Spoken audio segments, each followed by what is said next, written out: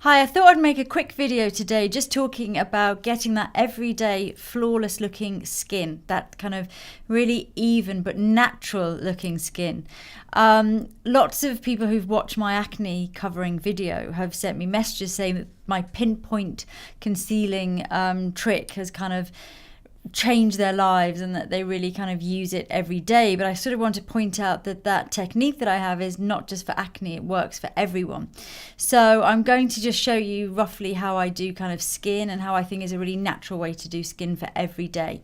So I'm going to start by using, I've already got eye makeup on, sorry, because I did something earlier, so I've just literally taken the base off and left my eyeshadow on and my liner on.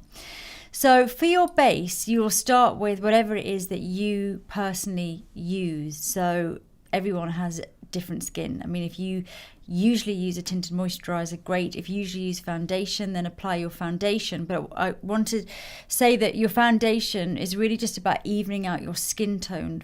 Foundation doesn't need to absolutely mask and cover everything unless you're kind of going on TV or something and you want to look kind of like, you know, you're about to go on stage or something. But for every day, really the way you apply your foundation or whatever base you use, just keep in mind that what it should be doing is evening out the tone of the skin.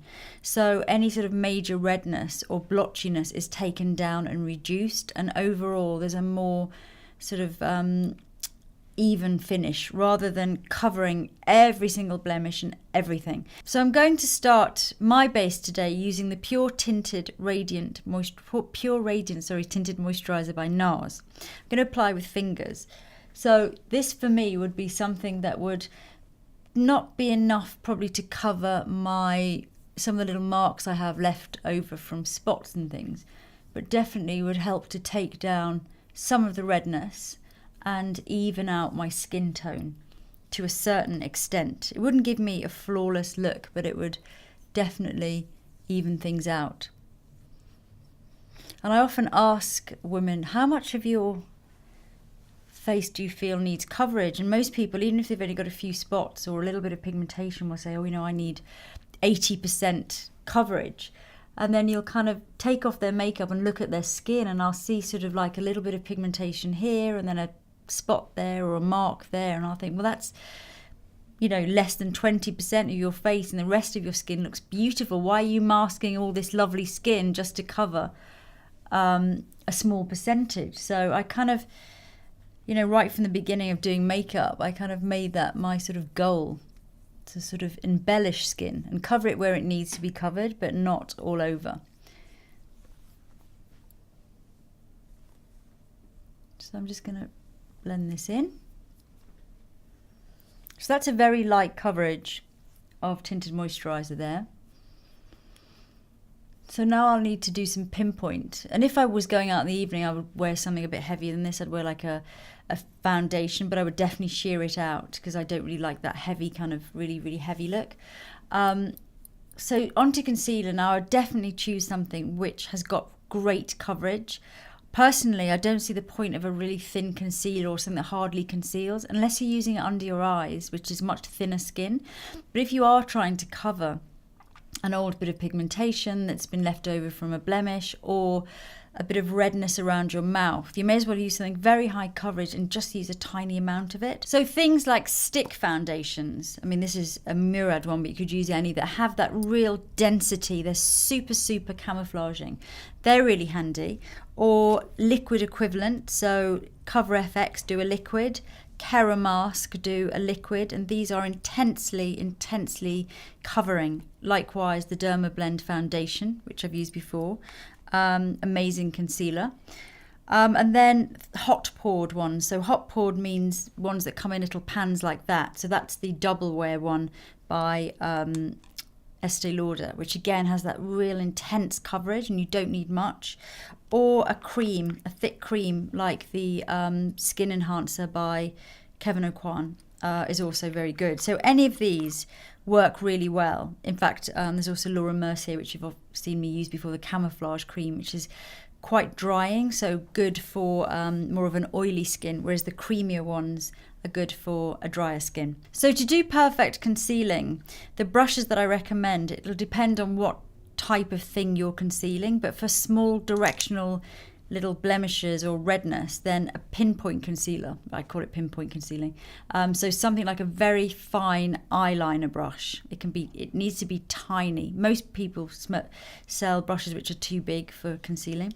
And then for larger areas, so where you might have a patch of pigmentation or a patch of redness, a flat synthetic brush. Again, I prefer to use ones which are made for eyes because they're smaller. And then to buff it in, if you're doing to get any hard edges off, again, any kind of small fluffy brush that again is made for eyes. So eye brushes are better for concealer than concealer brushes, in my opinion. So the next thing to do is to choose your concealer. I'm going to use the Cover FX, which is a liquid. I'm going to start by using it with a small brush, and I just have a tiny amount of pigmentation here, but the area is quite small, so we're patting in, and you just need to make sure that you take off those edges.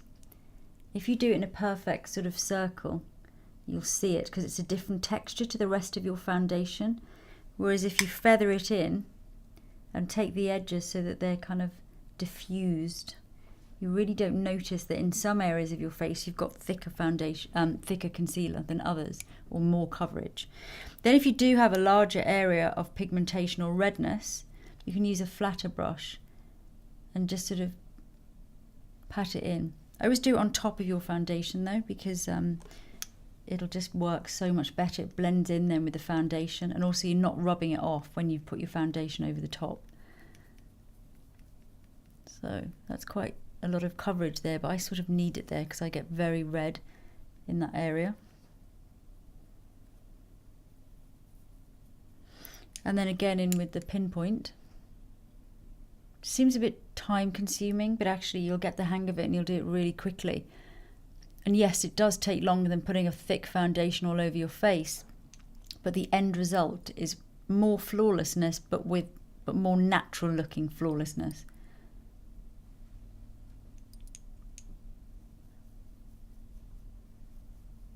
That didn't even make sense, flawlessness. More flawless and more natural looking. So in terms of colour, you just need one that matches whatever product you're using underneath, so matches the skin around it.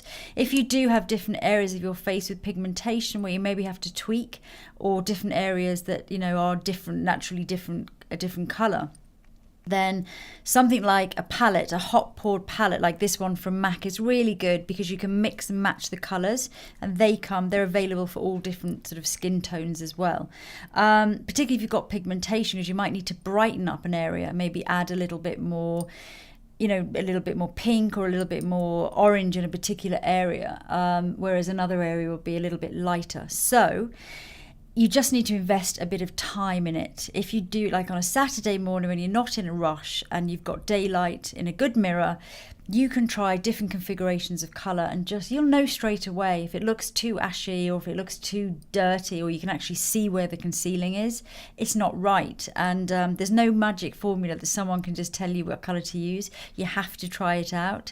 You have to look in daylight, and you know, if you can spend half an hour doing that, then you'll know exactly what colour you need to use and what looks good, and then it'll actually make the rest of your routine much faster going forward. So for under the eyes, which I'm not going to talk about today because I feel like this film is going to get way too long, just use whatever you usually use. I'm using the Clinique.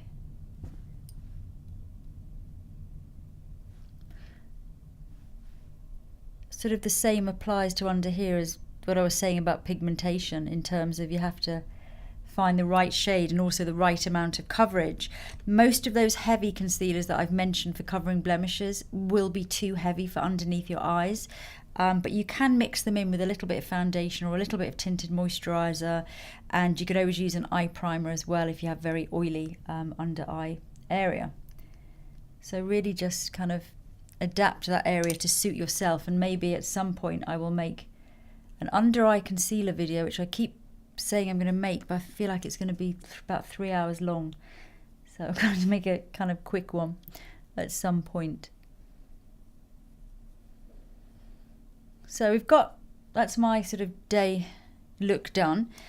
You do need to use a bit of powder just to set. Even if you've got dry skin, it's a good idea to use a light covering of powder. You can use a small brush so that you cover the areas that you have concealed. So where you've done all your pinpoint.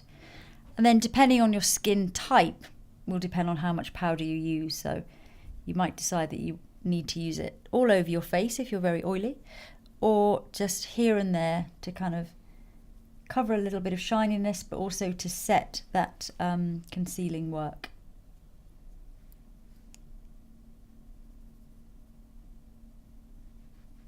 I prefer a small brush for this kind of stuff. So all my concealing is pretty much set, and the overall result here, I mean, I'm going to do a little bit more makeup, maybe just some blush and lips now. But the overall result, instead of having that kind of blanket mask of heavy foundation, is that I do have some very, very heavy coverage on, but only where I need it, not everywhere. So that when the overall impression, when people meet me and you see your skin, is that, oh, you know, flawless skin, looks really good, but it's real and it's natural. Doesn't look like I'm kind of like almost cartoonish you sometimes see when the foundation is incredibly heavy during the day. But you do have that kind of that reality to the skin, but a kind of flawless reality. And the overall impression is very much about natural skin. I'm just going to put a little pop of lipstick on.